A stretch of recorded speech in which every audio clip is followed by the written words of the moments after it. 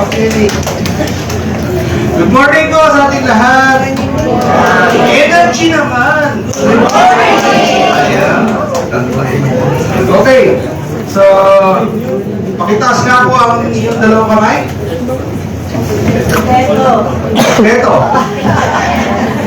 Very good. Okay. Siguro, nung bata kasi ako, naranasan ko rin magpaputok. Walang masaya talaga pag nagpapaputok. Pero nakakaiyak talaga pag naputok ka. Ayun. So, para hindi na tayo maiyak, iwasan na lang natin siya. Okay? So, today marks the beginning of the 52 weeks, 52 Sundays that we have to cover for the year 2026. So this is the first week, week number 1. Okay? So sabihin mo sa katabi mo, 51 weeks pa kita makikita.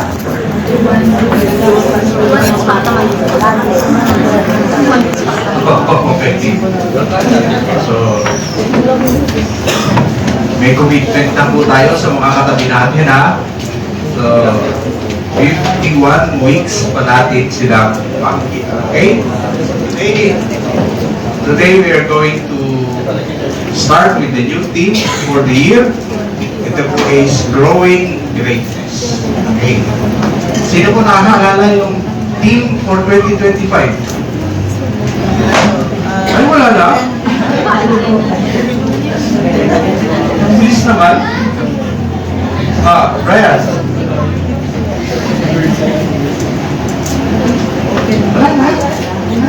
Hala.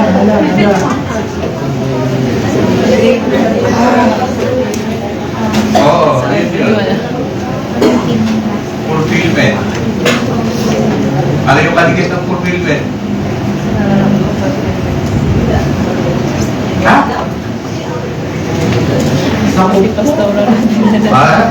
Change topic, okay. So tayo, growing greatness kayo taon na to. Okay? So, alam nyo, merong catch dun sa word na growing. So, usually when you pinag-isipan mo siya, pag sinabi kasing growing, it is alive and it is active. No? Wala kasing growing na hindi lumaki. Bawal yun, kasi growing nga eh. So, yun siya. And, at the start of the year, we will learn something different. No? What is greatness? Sabi ko nga sa inyo, lagi kong pronouncement sa inyo, ako may diferensya. Kasi mananampalataya ako, may diferensya. Kaya kung mananampalataya ka, Ate Lani, may diferensya ka rin. Naniniwala ka? Di ba? Kasi nga, Ate Lani, may diferensya rin siya. Di ba? Hindi nga, sabi ko sa inyo, di ba? Naniwala tayo kay Jesus, meron tayong diferensya. Kasi siya ang may sabi, di ba? Mahalin mo ang iyong sabi ng mundong ito, hate ang iyong kaaway. Kaya yun yung kaibahan natin. Okay, so yun. We will learn more about greatness as the days progress and as we live our life ito pong 2026. Okay? So let us all be excited and let us be more expectant, no, of what God is going to do to us personally, to our family, to our community, to our church, and to our country, of course, no? And we have always to be hopeful. The 2025 has been God. 2026 is here, and always our hearts are full of hope that it is going to be a better, that we are going to be better person. No? So, yun. So, sabihin mo sa sarili mo, self, better ka. ngayong 2026. Okay? Pero identify niyo yung better, baka naman better kayong sa pag-aaral, no? Kailangan better kayo sa pag-aaral. Okay?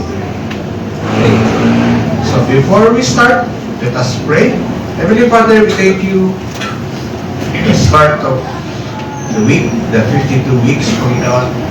We choose to be here. We choose to hear your words. This morning, wala kami, Panginoon. Ito yung kailangan natin.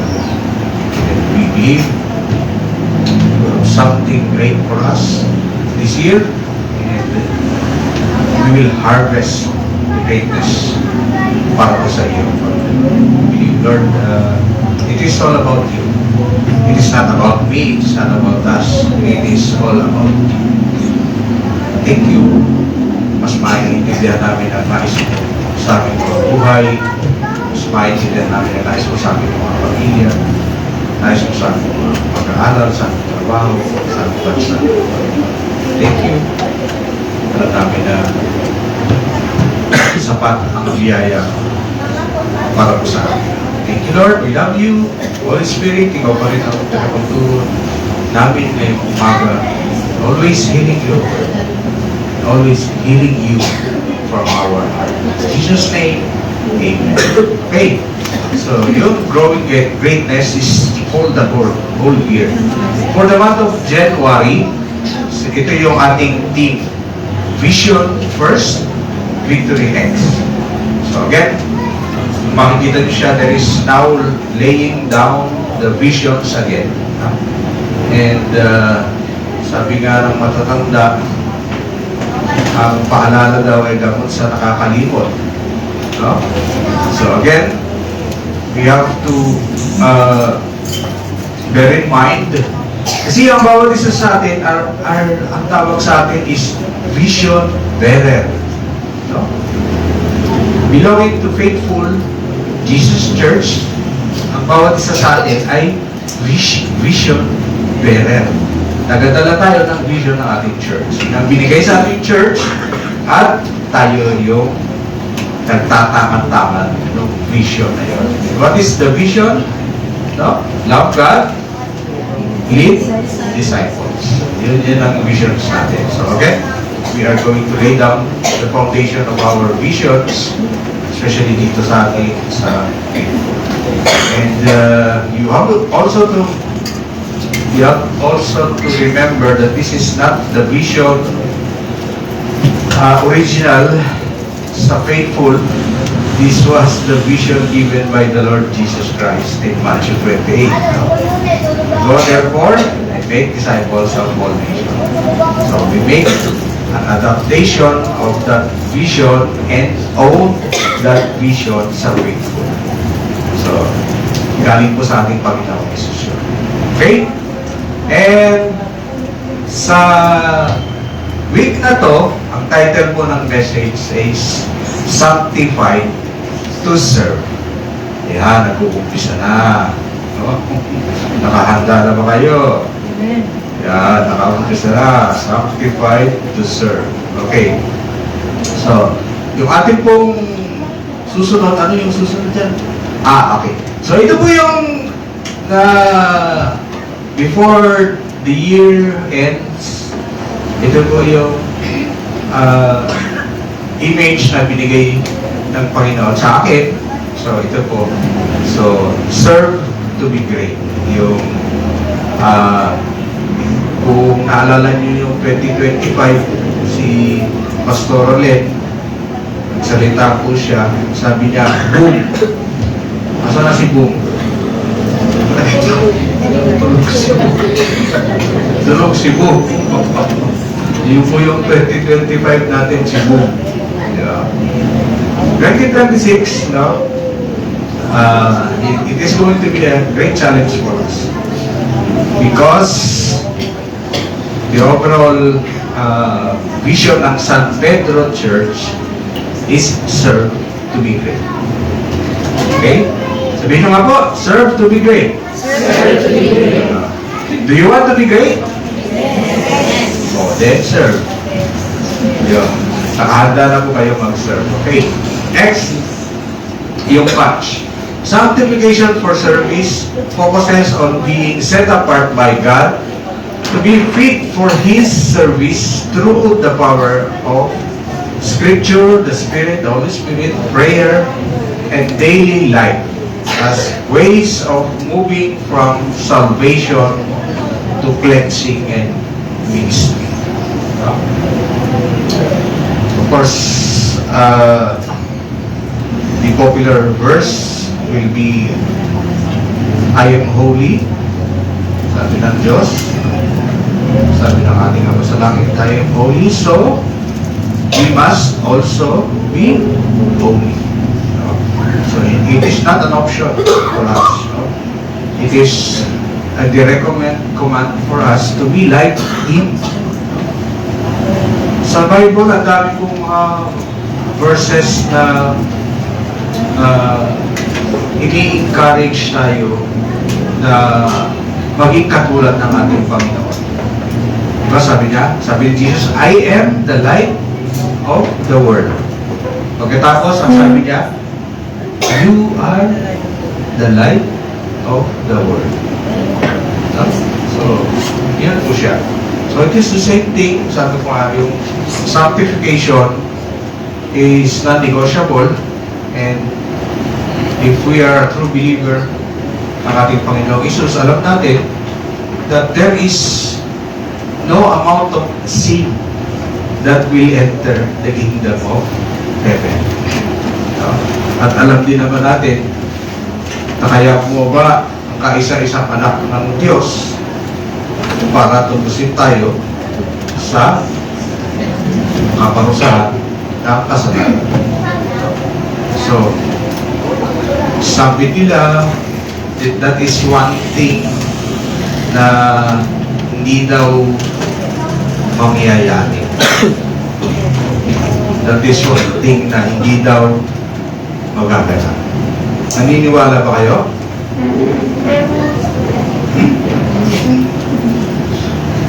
Naniniwala ba kayo na hindi tayo maging kailanman maging holy? Diba? So, but God has said, remains to be true by His word, by His standard. I am holy, so you must also be holy. Okay? O, matagal na kayo sa San Pedro, alam niyo na to. O, itaas ang kamay ng hindi na nagsisinungaling. Isa. Isa. Okay. Ulit natin. Itaas ang kamay ng hindi nagsinungaling sa loob ng isang oras.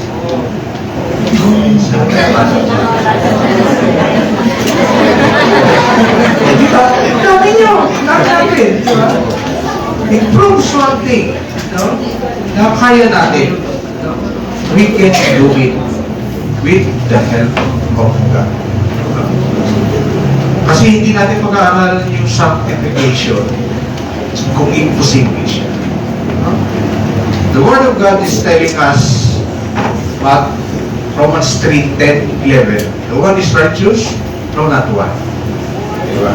So alam natin yun, no one is righteous, no not one. No? Pero may binigay siya sa atin. No? It is Jesus who died for us. And He was going back to His Father in heaven. He said, I will not leave you as an orphan. I will ask the Father, hihingin ko sa Ama, na bigyan kayo ng isang katulad ko na mamapa sa inyo magpakailan. Ito ang banal na Espiritu ng Diyos. Diba? So, siya yung nagsasabi sa atin, no? Pag mangungutang si kapatid, sabihin mo, may pera ka, pero gagamitin ko. Kung sabihin, wala akong pera.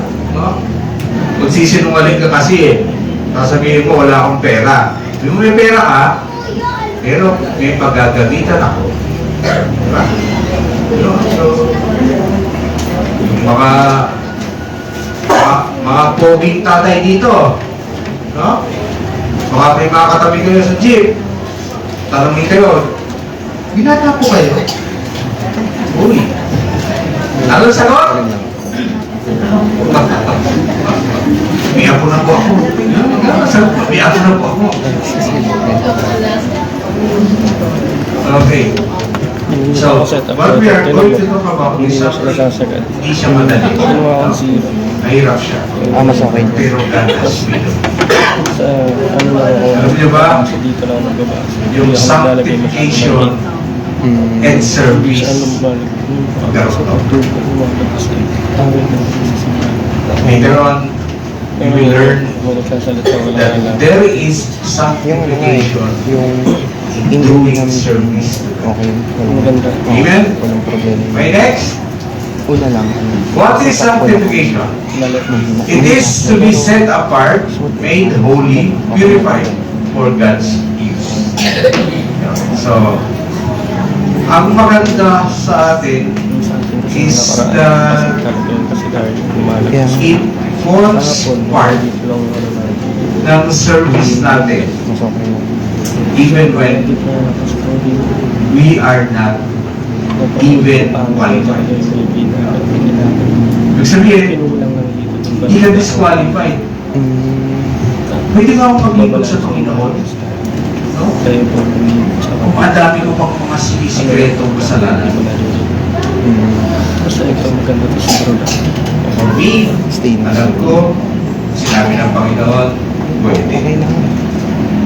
Provided na habang naglilingkod ka, isa-isa mo siya ilalag. Isa-isa mo siya bibitawan. Di ba? Sabi sa Hebrews 12 yata, Hebrews 12, you run the race, no? At habang tumatakbo ka, inaalis mo yung mga bagahe na nagpapahirap sa'yo para tumakbo. And those are the sins na nagpapahirap sa'yo.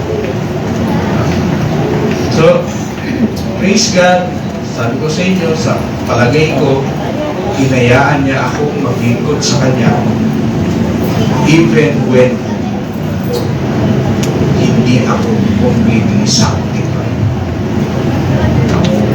So, yun yung makikita mo sa Kanya na how much He loved me, how much He loved every one of us, that while we are yet sinners, Christ died for us. So, the same way, ganun din siya. No? So, hindi siya nagiging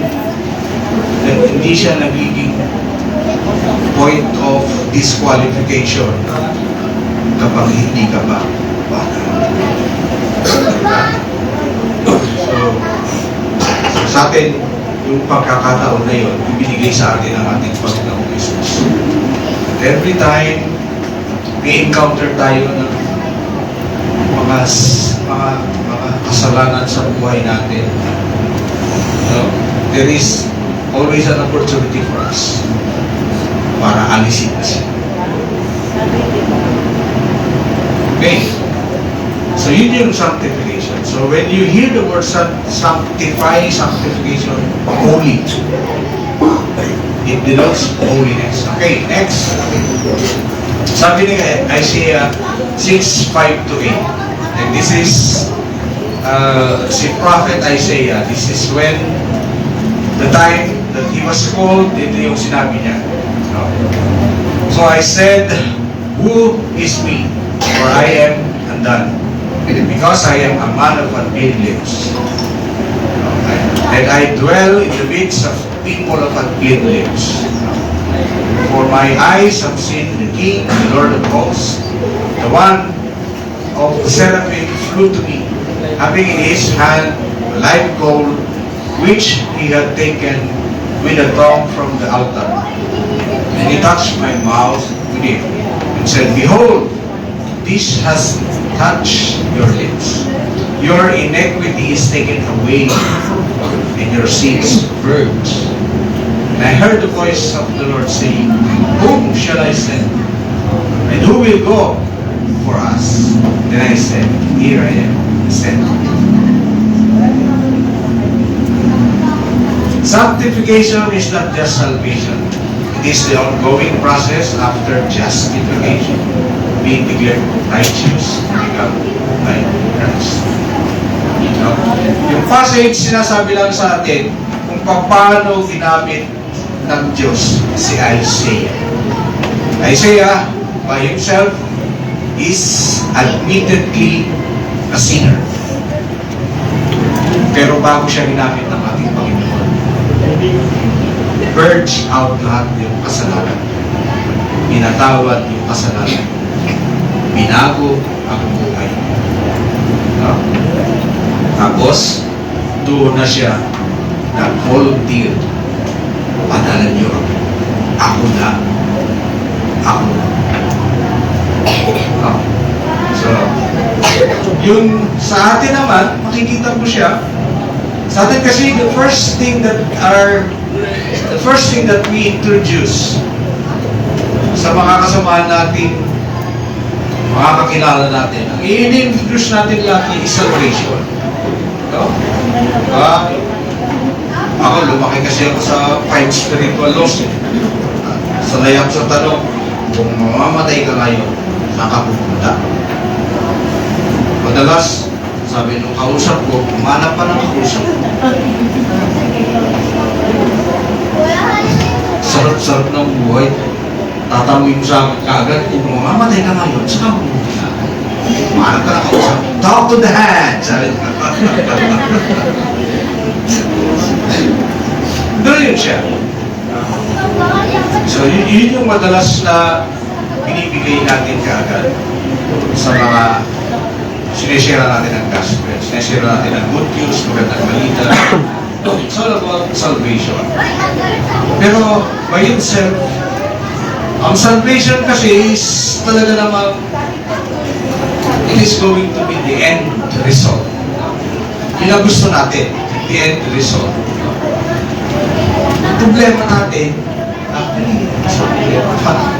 parang ang reward naman sa atin is that yung salvation is never private. Yung salvation is never exclusive. Para sa akin lang. Hindi para sa kanila, hindi para sa inyo. Isa. Hindi siya. Salvation is forward. And sinabi ng ating Panginoon Jesus, tapos na, nagawa ko na. I am to die once and for all. Tapos na. Binigay niya na sa atin yung responsibilidad to spread the good news. Yung salvation. There is one part in the Bible, hindi ko na siya maalala. Sabi niya, ito raw yung mga kinaiingitan ng mga heavenly hosts, yung mga angels. Because angels can never minister about salvation. Hindi sila ganun katulad natin, we can be witnesses. Nagiging mga saksi tayo sa pagkakilan ng Diyos. Okay? Yun. Yung part ng salvation is that yun yung habang ginaganap mo yung buhay mo, yung kaligtasan ng buhay mo, ginaganap mo, tapos nagbabahagi ka ng salita, yun yung sanctification na nangyayari sa atin. And you really have to understand this. Yung salvation doesn't stop kapag tinanggap mo na ang ating Panginoon. I accepted the Lord Jesus Christ as Lord and Savior. There is one instance in the Bible where pagtanggap niya kay Jesus, namatay na siya. No? Ano nangyari? Siyempre, tinanggap niya si Jesus. Kasama niya na si Jesus sa kanyang kaharian. Kasi namatay na siya. Yun yung thief doon sa cross, yung nakapakot sa cross. Yung sinabi niya, Panginoon, alalahanin mo ako sa iyong kaharian. Yung sabi ni Jesus sa kanya, no? Ngayon din, kasama na kita sa paraiso. No? Pagkatapos, natigo. Natigo na eh. Kasama niya. Diba? Pero tayo, hindi natigo. Oh. Paano ngayon yan? Anong gagawin mo? Hindi ka nakikilos. Kasi magkakasala ka eh. No? Hindi ka lang sasalita. Kasi magkakasala ka eh. No? Tatahimik ka na lang. Hihintayin mo na lang matigo ka. So, God made use of the Holy Spirit in us so we can do the works na inumpisa. Dito din siya, sabi kay Isaiah, nilagyan siya ng coal, yung touch the coal, saan tinouch?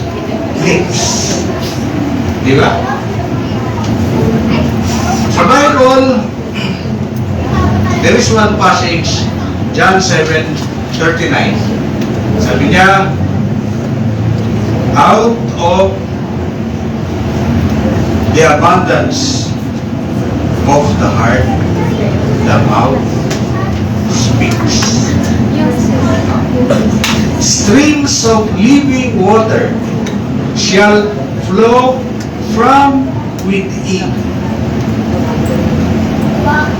No? At yun ay ang the Holy Spirit. Kaya malaking part ng service natin ang ating mga bibig. No? Kasi that is where we are going to be witnesses of God.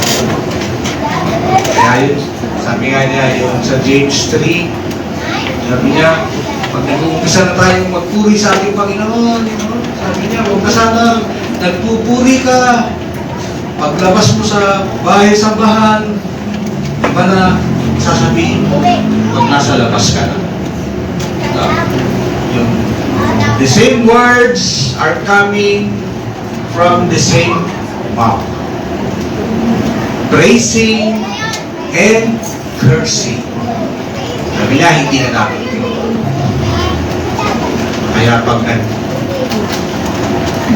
naglilingkod na tayo sa Panginoon, inaalis niya na yung masama sa ating bibig.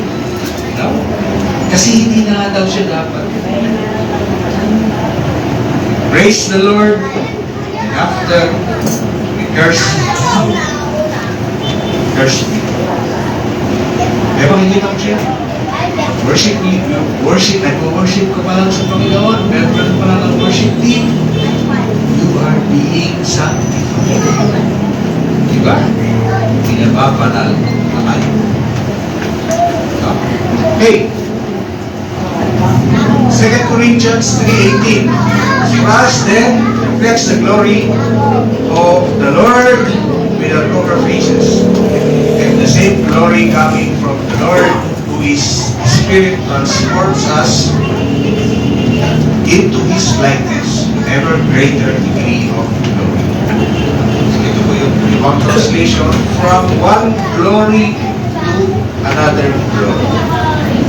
One holiness to another holiness. Diba na-share ko sa inyo last time? How do I battle lust? No?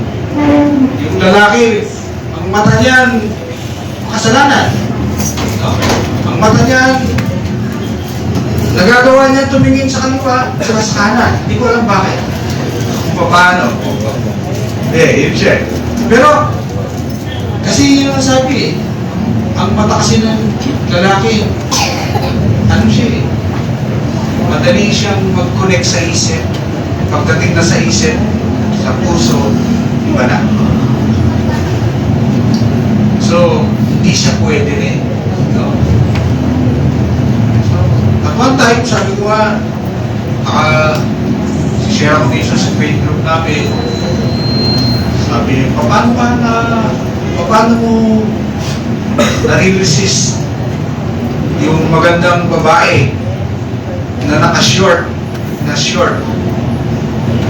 naka-maiksing short. Tapos nakita mo yung legs niya, ang puti, grabe, ang kinis, grabe. So, paano mo siya nare-resist na hindi ka mag-isip ng masama? Sabi ko sa kanila, bigyan niyo ko ng 30 taon, tapos pasagutin ko kayo. Then, there is one time, sabi ko nga, sabi ko sa kanila, ang naging gamot ko is praising God. Nagpupuri ako sa Panginoon. I praise God for His creation. Kasi alam nyo, when your mind is concentrated on praising God, even the works of the enemy, you can overcome. Paano ginawa ko? Titinignan ko yung legs. Ganda talaga yung sa puti, grabe. Alam mo, sabi ko, ang galing ni Lord. Si Lord ang gumawa niya. Kalahin mo gumawa siya ng hita na pareho ang sukat. Tapos parang nagniningning ang kinis. Galing talaga ni Lord. Diba?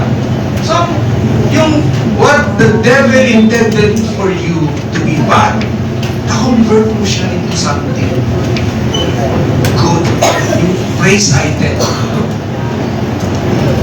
When you see those, yung malalaki ang hinaharap, di ba? Sabi ko, galing ni Lord. Kalahin niya yung kaliwa at saka yung kanan. Pareho ng sukat. Ganda tignan. You try doing this. Pag kayo inaatake ng kaaway, kayong mga lalaki, kayong mga kabataan, dadalhin pa kayo sa mas marami, turn those things into praises. Makikita nyo, mawawala siya. And you will praise God. Makasalamat kayo sa Diyos. See, that is the creation of God. Ang Diyos ang may gawa niya. Kaya siya ang pasalamatan. Okay? Next. Ay, ano ba ang page mo? Sige na. Next.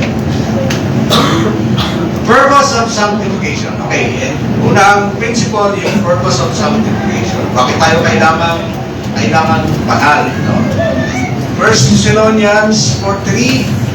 For this is the will of God. Ito ang kagustuhan ng ating Panginoon. Bawat isa sa atin. No? So, tandaan natin yan, ano? Ilagay natin sa isip natin yan. Will ng Panginoon ito. Ayaw ng Panginoon na nagkakasala tayo. Ayaw ng Panginoon na nadudumihan tayo. Ano ang will ng Lord? For us to be. He created us to be like Him. No? So, yun ang lalagay mo sa puso mo. Kaya bumabaksak ang tao kasi wala siyang relasyon sa Diyos. Hindi niya kilala ang Diyos. Tayo, bumabalik tayo sa pagkilala sa ating Diyos. Okay? This is the will of God, that you may be sanctified, separated and set apart from sin, that you abstain and back away from sexual immorality. Yan. This is, alam niyo ba,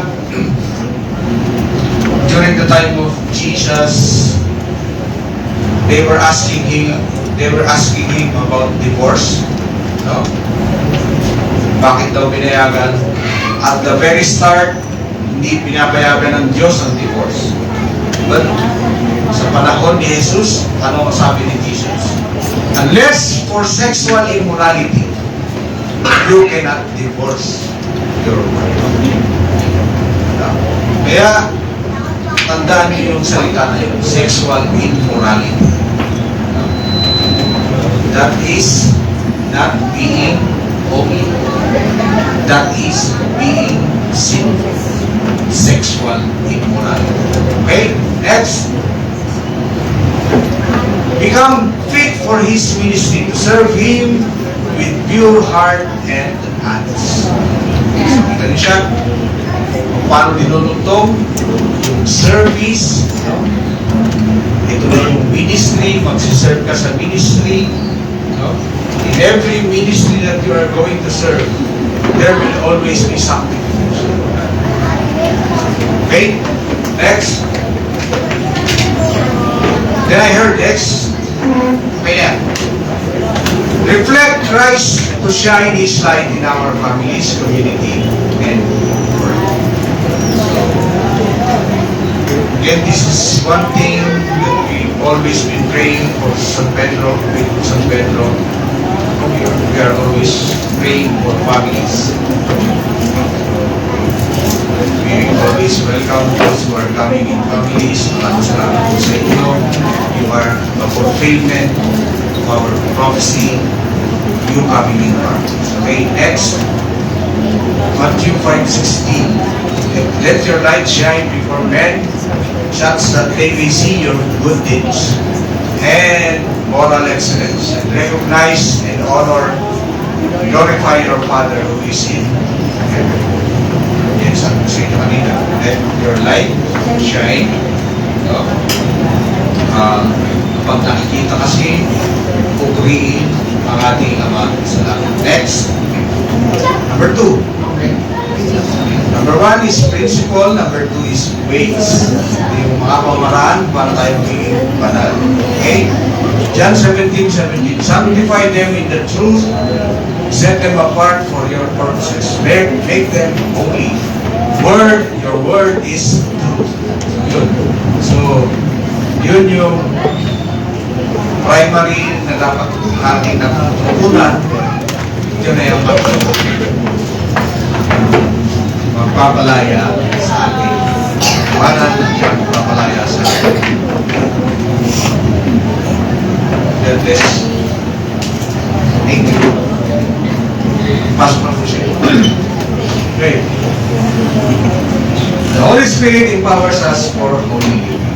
Yeah. So, this is the first question. This is the first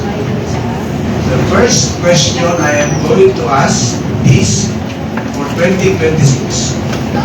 Sino dito ang pinananahala ng banal na Espiritu ng Diyos? Taas ang kamay.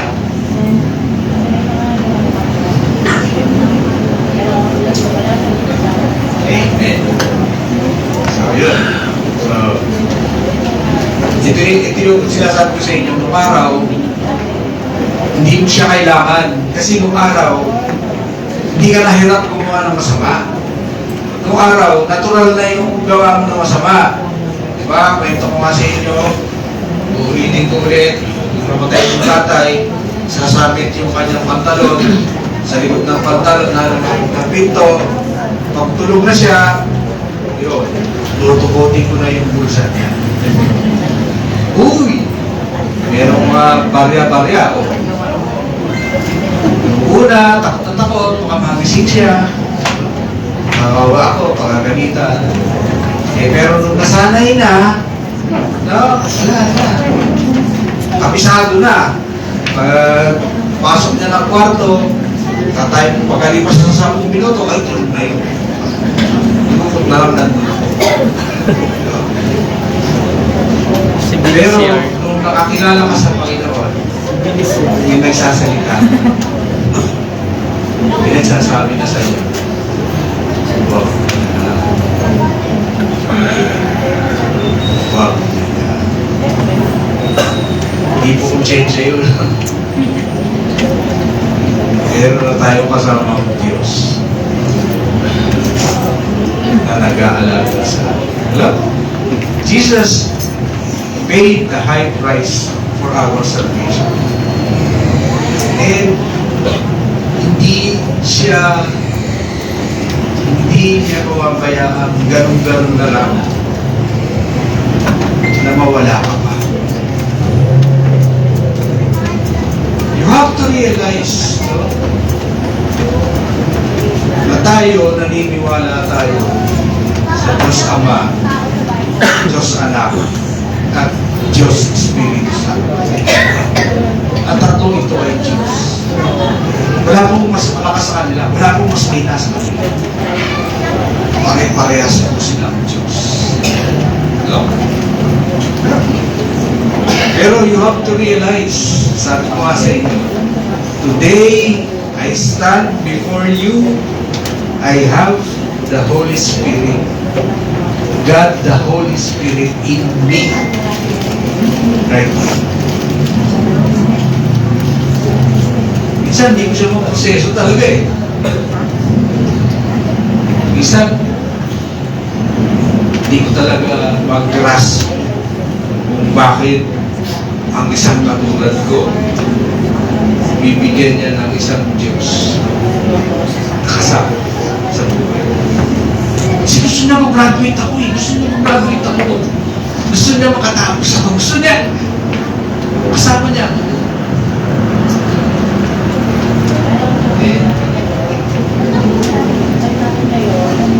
Magiging madali para sa atin. We will commit ourselves in service to God. Okay?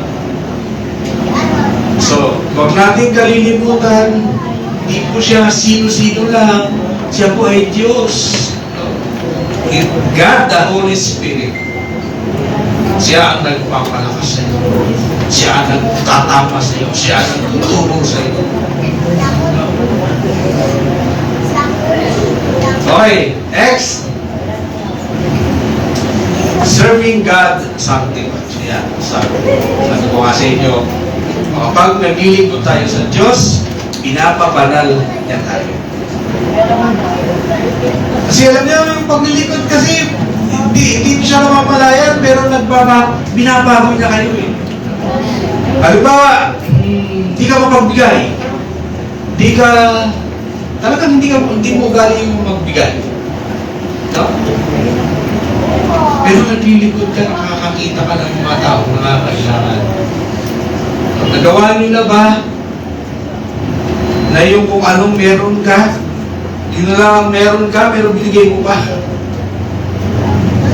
No? Kasi gusto mo. Nagawa mo na ba yun? No? Yung para na sa'yo, ibinigay mo pa. Kasi gusto mo. Kasi Diyos natin ganun. Wala naman siya mapapala, bababa siya rito para mamatay sa krus. Ano ba? Sasabitan pa siya ng first honor? Sasabitan pa siya ng gold medal? Wala naman eh. Yan ang ginawa niya yun. Because He loved us. Kaya yun. We are not yet into serving God. I urge you, you start now. You start now. Serving God. And how do we serve God? We serve other people. The least that we do good sa mga kasama natin, we do it to God. Okay? Romans, therefore, urge you, brothers and sisters, by the mercies of God, to present your bodies, dedicating all of yourselves set apart as a living sacrifice, holy and well-pleasing to God, which is your rational, logical, intelligent act of worship. And do not be conformed to this world any longer with its superficial values and customs, but be transformed and progressively changed as you mature spiritually, the renewing of your mind, focusing on godly values and ethical attitudes, so that you may prove for yourself what the will of God is, which is good, acceptable, perfect in His plan and purpose. Ayun po siya. Huwag tayo mangiayon. No? Hindi basta, hindi nasa gusto yan. No? Yung sa atin, ano yung maluwag sa ating kalooban. Okay, next. Last, application of sanctification. This is the last principle. Colossians 3:23. Alam na natin ito. No? Memory verse. Whatever you do, work at it with all your heart, as though you were working for the Lord and not for people. So ito yung lagi nating ilalagay sa ating isipan. Hindi ko inihahandog sa tao. Inihahandog ko ito sa Diyos.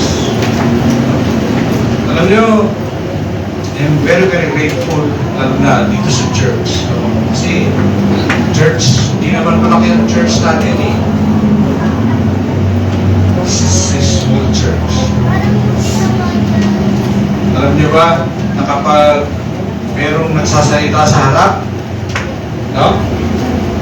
Tapos nagsalita si Kuya Rodel, nalidinig siya dito sa harap. Tapos nagsalita si Kuya Oliver. Pag nagsabay-sabay na sila nagsalita, wala na. Pero dito mo siya eh. We came here to listen to God. And very, very thankful. At least for an hour, pag ako nagsasalita, medyo an hour. Mahaba akong salita. Siya sila. Kung medyo si Pastor Valet, medyo mas maikse. Pero isipin ko siya, ito yung, kasi ito yung time na it is for the Lord eh. I will try to control myself. Hindi akong sasalita kasi it is for the Lord. I have to listen. No? This is the time that what I am going to do is just listen. We are doing it. This is not for anybody else. This is okay. Next.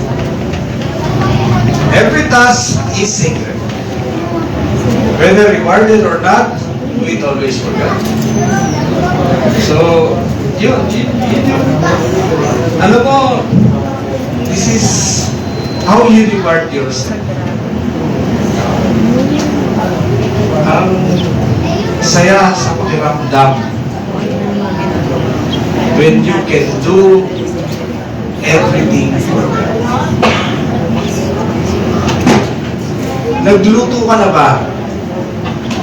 Na sinabi mo, Lord, para sa itong adobo. Tapos kung dumating yung pamilya mo, naubos yung adobo mo, grabe. Naghahanap pa sila. Sabi nila, masarap ng adobo mo, grabe. Pero sa loob mo, I did it for God. Pero you do things grudgingly. No? Subukan mo kayo lagyan ng sili o adobo mo. Takulang kung manarap. Di ba? Yun ang pagkakaibahan natin. The service that we do, hindi natin inilalaan para sa tao, hindi natin inilalaan para purihin ka ng tao. Nakalaan siya para sa tao. Because He has done so much for us. Alam nyo, there is a time makikilala nyo lang ito si Pastor. Baka hindi kayo maniwala talaga na ginagamit ako ng Panginoon. Because of the sins I have done. Pero I'm really, really grateful. Despite of the the sins, kasalanan na nagawa ko sa Panginoon. You can stand. Okay? So, tandaan nyo, every task is a secret. Dito nagbabago pa rin yung outlook ng gagawin.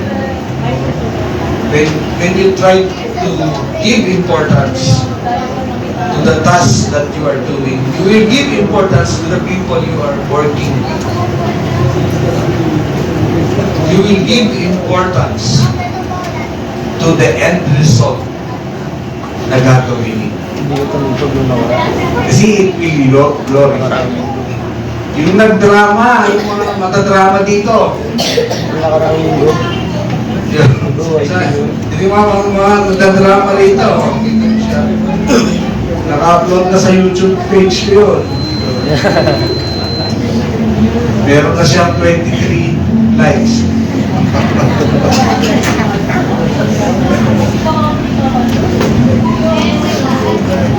Yun, no? The simple things that we do. Pero pag transform mo siya, this is for you. This is for God. It is incomparable. Hindi siya incomparable. Ito, last camp. Yung San Pedro Youth. Palakpan na natin yung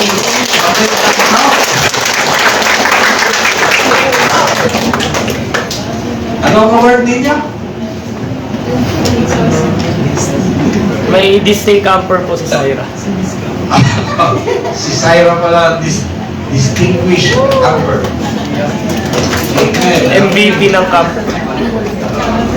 Dahil na sa Pedro yan. Take honor. Okay, next. Ephesians 4:11. His gift to the church were varied, and he himself appointed some as apostles, special messenger, representatives. Some are prophets who speaks a view message from God to the people. Some are evangelists who spread the good news of salvation, and some as pastors and teachers to shepherd and guide and instruct. So, dapat nandun tayo sa lima. Tayo ay regalo sa church. Dapat andun tayo sa lima. Kung hindi ka apostle, dapat evangelist ka. Hindi ka evangelist, dapat prophet ka. Hindi ka prophet, dapat pastor ka. Hindi ka pastor, dapat teacher. No? So, you have to see yourselves within these 5 gifts. No? Hindi po yung hindi po, ay, nasa worship na ako. Singer. Wala pong gift na singer. Pero meron siyang pastor na singer. Di ba? Musician ako, instrumentalist ako. Wala rin yun doon. Pero meron siyang evangelist na keyboard. So yun siya. Ilalagay mo yung sarili mo sa gifting na ibinigay sa atin. Okay, next. Okay. Ito po yun. Hindi kasama sa slide yan. Sa slide ko yan. Nung isang araw kasi, nautusan akong bumili ng gulay sa palengke ng Tunasan. Tunasan ko yan. Tapos na, kaya ako napatigil sa ganito ni Lord sa grabe. Kalahin mo yung puro na akasya yun. Kaya niyang natakpan niya yung the whole na kalsada. Yung 2-lane na kalsada. Nagbigay niya ng shade. No? Sa harap yan ng Lyceum. Sabi ko, kahit talaga ni Lord. Pero naisip ko na siya. Okay? Alam mo yung puno, no? Naglilingkod mo yun. Ito yung service niya. Kasi pedestrian lane yung nasa ilalim niya. So, yun ang service. He stands there to serve people. Okay? Nakita ko sulat dyan. This acacia tree, balik mo. This acacia tree serves as a shade for both sides of the street and the pedestrian lane crossing all of 2025. Sa buong 2025. Tapos nag-start na po siya. Nung Sunday, nakita ko siya, nakita siya. Hindi mo siya kasi aalis. Nag-start na po siya. Okay, next. And they never serve alone, but together with other, with one purpose. Pero hile-hilera po sila. And they never serve. This is what we are doing. Hindi po tayong magsiserve mag-isa. We will serve together.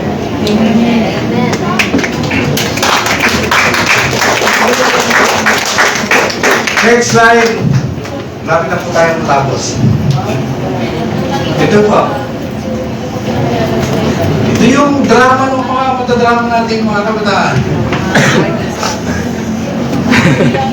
Pero, I want to share with you. Sabi ko kasi, yung story po, yung tatay, may anak siya, yung anak niya, sinasabihan ako sa mga spirito. Nilapit nila sa lagat ni Jesus, pero hindi na palayas. Nilapit nila kay Jesus. Sabi niya kay Jesus, if you can do anything, sabi niya kay Jesus. Sabi ni Jesus, you can do anything. Yung sabi ni Jesus, all things are possible to those who have faith. Parang man-strike lang kasi sa akin yung sinabi niya, if you can do anything. Alam niyo, this year, our team is to serve others.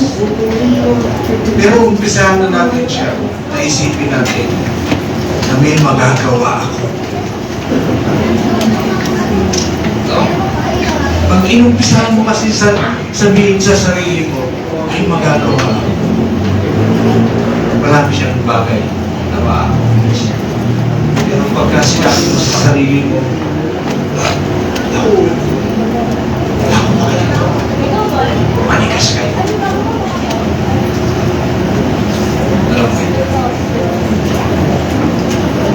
This year, dalasan natin yun. Ano magagawa? Pag nag-away kayo ni Jack, no? Tanungin mo yung sarili mo, ay magagawa ba ako?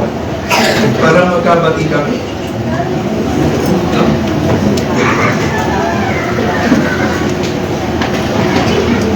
May problema tayo. Ay magagawa ba ako? Higit mo yung mata. Simula akong mag-pray. Yung gagawa. God has given us so many things in life. Bible is telling us, pwede mong patungan ng kamay, may sakit. You know, one thing na kailangan ng mundong ito ay pag-asa. Pero if you start losing hope, mahirap. This year, gusto kong i-meditate natin ito. If I can do anything. One more thing na gusto kong gagawin natin. Sabihin natin, may magagawa ako nang nakangiti. May magagawa. Diba? That is being positive na yung magagawa.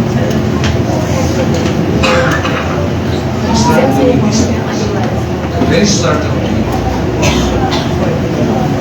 Alam niyo, I have always known my journey. And alam ko, my journey is not going to be easy. My journey is filled with tribulations, problems. Pero alam ko, may magagawa siya. At alam ko, kasama ko siya. And I will be victorious with my journey. Amen? Okay. Last slide. Yeah. The choices we make.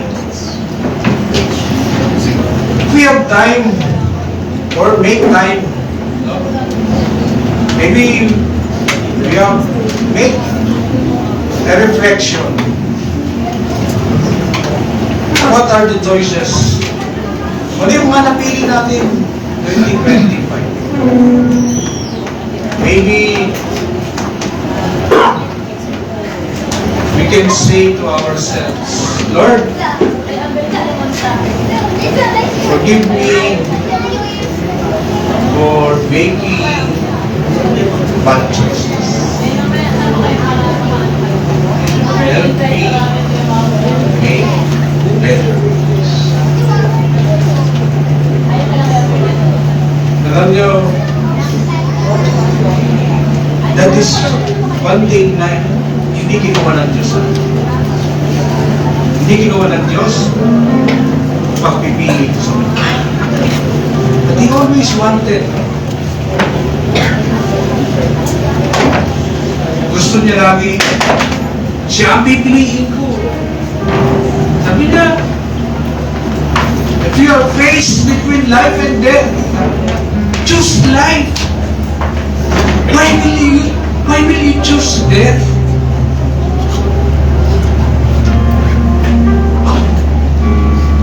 Kaya lang may mga pagkakataon, nakakapili pa rin tayo.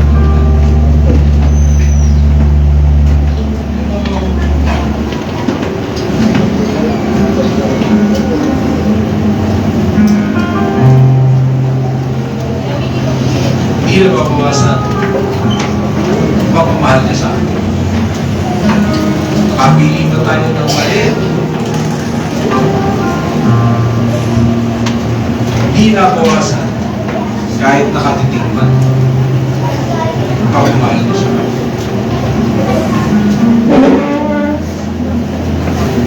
And hold on.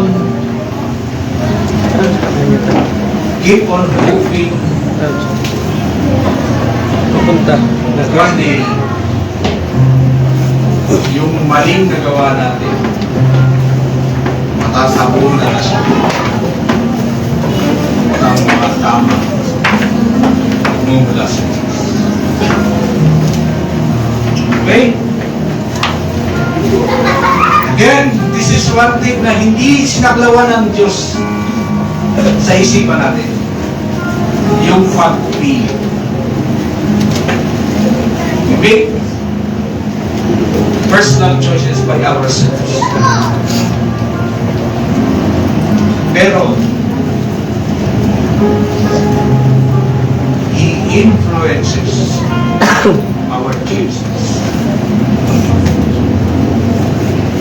He wants us to choose Him.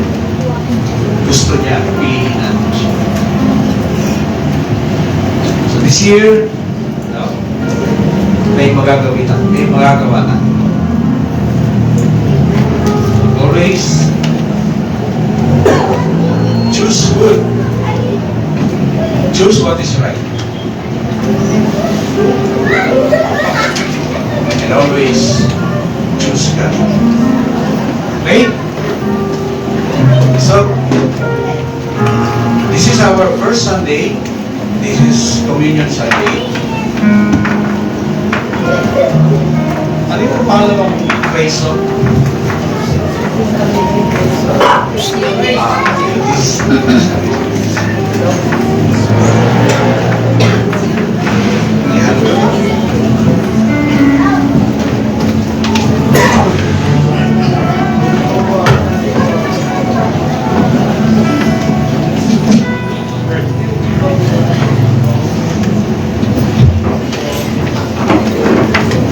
Ako braces.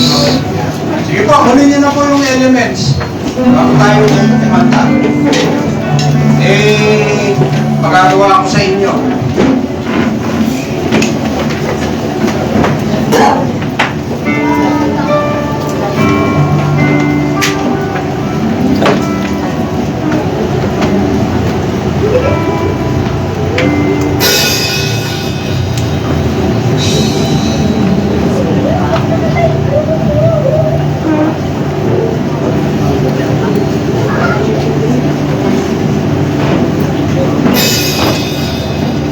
This is amazing.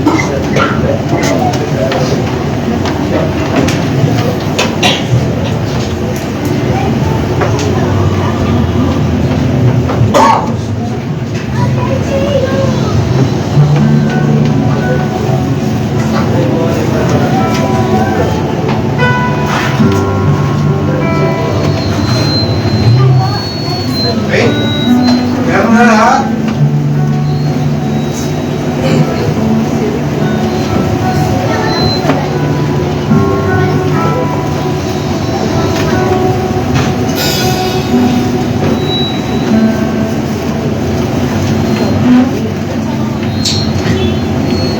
Okay.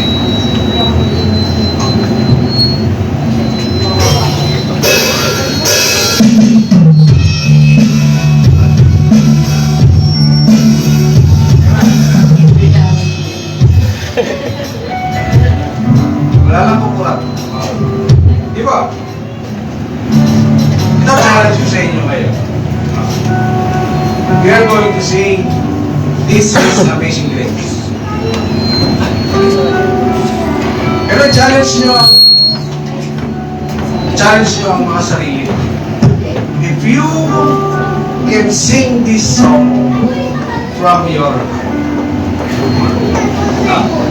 This is amazing grace.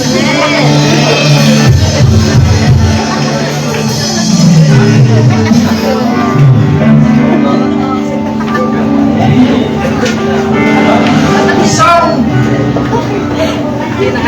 is an expression of worship. Kasi hindi siya may kumbaga pwede sila So,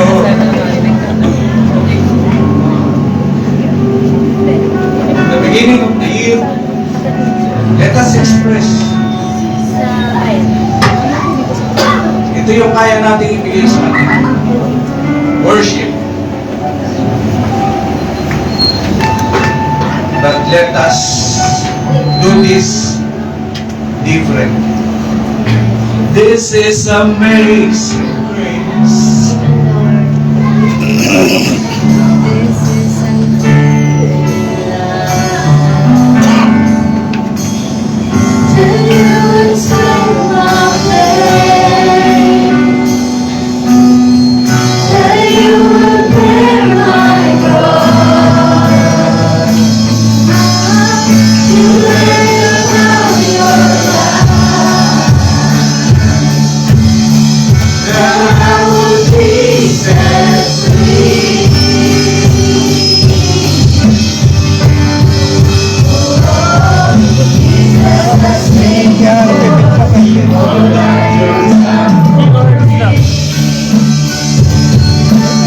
Back na eh.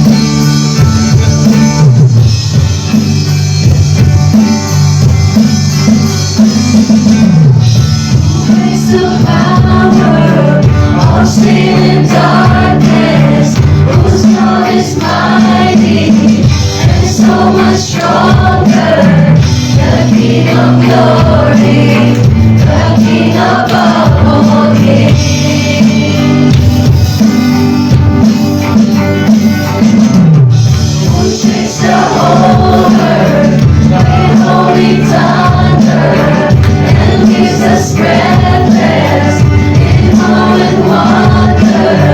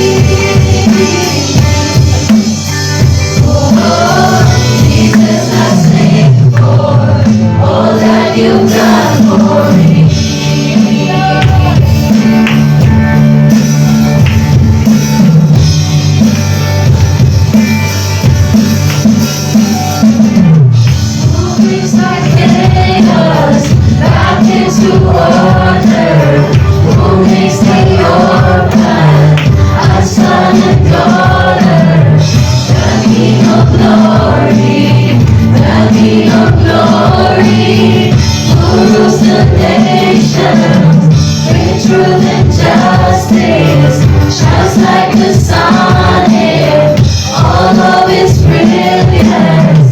The King of glory, the King above all kings. This is amazing grace. This is unfailing love. That you would take my place. That you would bear my cross. You laid down your life, and I will be set free. Oh, Jesus, I sing for all that you've done for me. This is Amazing Grace. One more time. Worthy is the Lamb who was slain. Worthy is the King who conquered and reigned. Worthy is the Lamb who was slain. Worthy is the King who conquered and reigned. Worthy is the Lamb who was slain. Worthy is the King who conquered and reigned. Worthy is the Lamb who was slain. Worthy is the King who conquered and reigned. Worthy is the Lamb who was slain. Worthy is the King who conquered and reigned. Worthy is the Lamb who was slain. Worthy, worthy, worthy. This is amazing grace. This is amazing love. That you would take my place. That you would bear my cross. You laid down your life, and I would be set free. Oh, Jesus, I sing for all that you've done for me.